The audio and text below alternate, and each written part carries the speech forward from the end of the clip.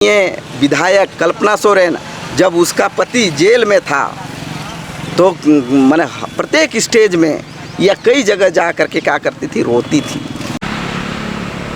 जोहार, आज हम मौजूद हैं धुरवा में, जहाँ पे पत्थर कोचा बस्ती के लोग यहाँ पे उमड़े, उनकी भीड़ उमड़ी और मामला ये सामने आया कि उन्हें बस्ती खाली करने का आदेश दे दिया गया है। 4 तारीख या 5 तारीख में 5 मई में उनकी बस्ती पर बुलडोज़र चलने वाली है। वो परेशान है कि इतने कम समय में 2 दिन के नोटिस में वो कैसे अपने लिए कोई आवाज़ तैयार कर पाएंगे। यहाँ पे जनता अपने हक के लिए, अपने अधिकार के लिए पहुँची थी और वही मुद्दा है। केंद्र और राज्य सरकार अपने फ़ायदे को देख रही है। ना झारखंड के मुख्यमंत्री हेमंत सोरेन को होश है कि वो अपने जनता के लिए कुछ करे। वो भी ये बहाना बना रही है कि सरकार, केंद्र सरकार की नीति के तहत उन्हें हटाया जा रहा है। लेकिन यहाँ पे दोनों सरकार अपना उल्लू सीधा करने पे जुटे हुए हैं और उन्हें ही घुसपैठ साबित करने में तुले हुए हैं। आगे की जो रिपोर्ट है आप पूरी देखिए। आज आप लोगों को एचईसी के सामने धरना प्रदर्शन करना पड़ रहा है, क्या कारण रहा है? ये एचएससी बचाओ नहीं है, ये गरीबी बचाओ माने संघर्ष समिति है, ठीक है। और संघ जो बस्ती है, लेकिन ये बस्ती में गरीब गुरुआ लोग बसते हैं, क्योंकि इसीलिए ठीक है नाम कुछ भी हो, लेकिन यही है कि गरीब लोगों के लिए आज का सम्मेलन था, ठीक है। और अब 2 दिन पहले 5 दिन पहले आप देखे थे पत्थर कोचा, उधर कई कोचा के लोगों को माने डर पैदा हो गया है और डर पैदा हुआ है और उस डर के कारण लोग खाना पीना मुश्किल हो गया है। बहुत मुश्किल से रोज़मर्रा का ज़िंदगी को में जी करके पत्थर का, ईटा का, झोपड़ी का घर बना करके रह रहे थे। ये सीएमडी साहब कैसा तानाशाही साहब है कि जा करके गरीब गुरुआ पर डोजर चलवा रहे फोर्स के बल पर। हम कहते हैं यहाँ 1300-1400 एकड़ ज़मीन है, अरे कहीं भी 2-4 एकड़ गरीब लोग को दे करके क्वार्टर बना करके उनको दे दीजिए, ताकि उनको जीवन या पढ़ाई लिखाई उनके बीच हो पाए, ठीक है। और नहीं करेगी, हम लोग नहीं करेगा, सीएमडी साहब नहीं सुनेंगे तो रणनीति बन रही है। यहाँ के जितने गरीब गुरुआ लोग, हम लोग सीएमडी का टेबल में भी चढ़ने का काम करेंगे, क्योंकि नोच करके नहीं लेने से ये सीएमडी और यहाँ का सरकार बहरी और गूंगी है।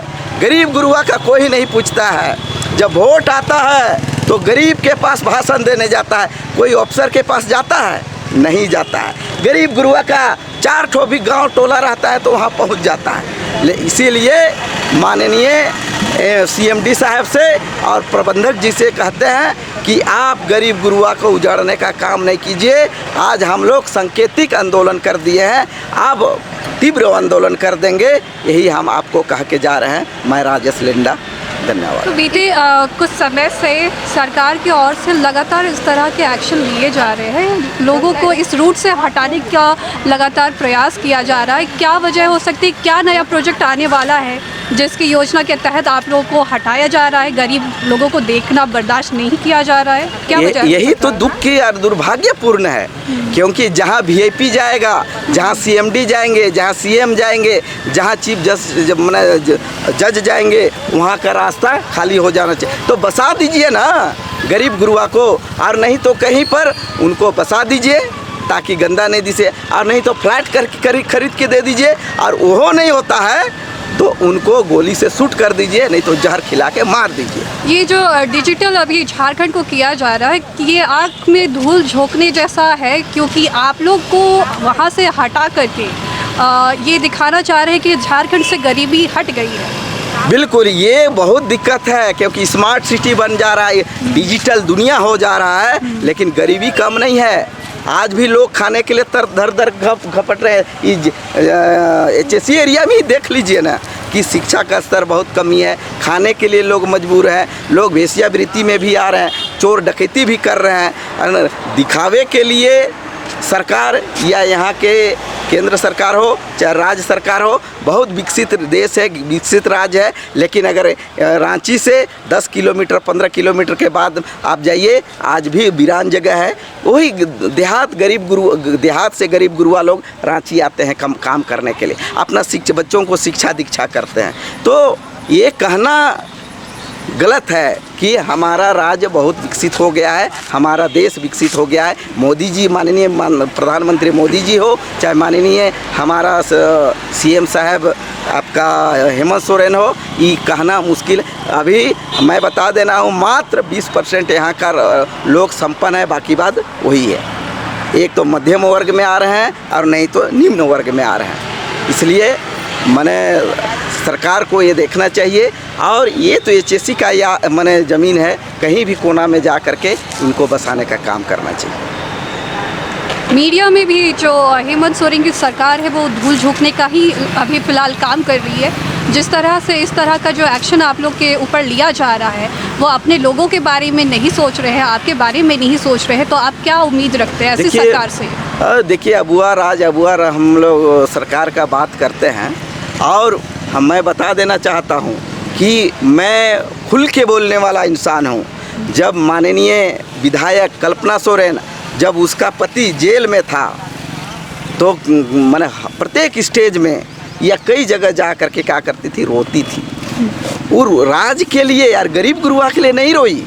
किसके लिए रोई? अपना पति के लिए रोई कि हमारा पति छूटेगा और फिर यहाँ का मुख्यमंत्री बनेगा। आज आप उसके बाद कितना दिन रोई है, इसको देख लीजिए।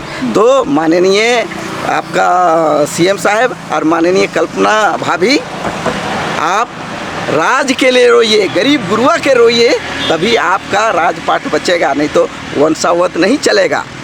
क्योंकि मैंने देशम गुरु शिबू सोरेन जरूर मैंने लड़ाई लड़े, एक पीढ़ी आपको फल मिल गया, दूसरा पीढ़ी आपका ख़त्म हो जाएगा। ये मैं कह रहा हूँ, क्योंकि मैं नहीं कह रहा हूँ, राज का गरीब गुरुआ जनता कह रहा है। अब लोग विकसित हो गए हैं, लोग पढ़ लिख रहे हैं, जान रहे हैं। अब हम किसी को मूर्ख नहीं बना सकते हैं, हम किसी को मन धूल नहीं जो सकते हैं। इसलिए जो 2500 आपका मैया योजना ठीक है, हमारे भाई बहनों के लिए या बहनों के लिए तो ज़रूरत है। उनके जो माने विकास के लिए या उनको जो रोज़मर्रा ज़िंदगी के लिए 2500 रुपया दीजिए, हम उसका स्वागत करते हैं। लेकिन 2500 रुपया दे करके आप कैसे 25 से 40 हज़ार रुपया लोगों को कमाना सिखाना, इसको आपको ध्यान देना। इन परिस्थिति में आप हेमंत सोरेन की सरकार से क्या उम्मीद रखते हैं? नहीं, हम अनुनय विनय भी करते हैं, राजपाट में हैं आप, और आपको शुभ कामना देते हैं कि भगवान ईश्वर अल्लाह और सरनामा आपको मैंने उस गद्दी पर पहुंचाया है और आपको उस योग समझा है, उसका भरपूर फ़ायदा उठा करके, भरपूर लोगों के लिए समर्पित हो करके आपको गरीब गुरुआ का विकास, गरीब गुरुआ का आवास, गरीब गुरुआ का शिक्षा, गरीब गुरुआ का आर्थिक रूप से आप कैसे संपन्न करना है, वो आपको देखना है। और हम उनको शुभकामना देते हैं और पूरी सरकार का टीम को देते हैं।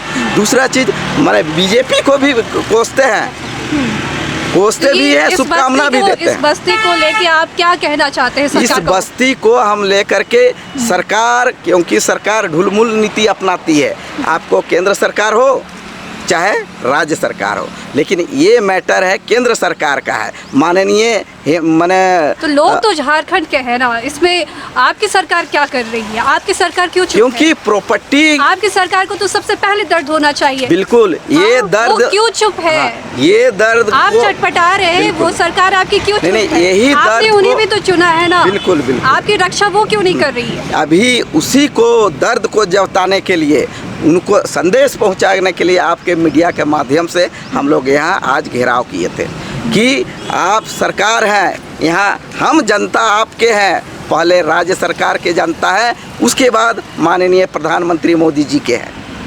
आप इसको संज्ञान नहीं लेंगे तो आपका विरोध में भी हम लोग आंदोलन करने के लिए बाध्य होंगे, क्योंकि आपका जनता मरेगी और कहेंगे आप CMD से समझिए, मोदी जी से, सेंट्रल से समझिए, माने आप हमारा यहाँ मालिक बन के रहिएगा और यहाँ का सुख दुख में भाग नहीं लीजिएगा, तो आपका भी हम लोग घेरने का काम करेंगे।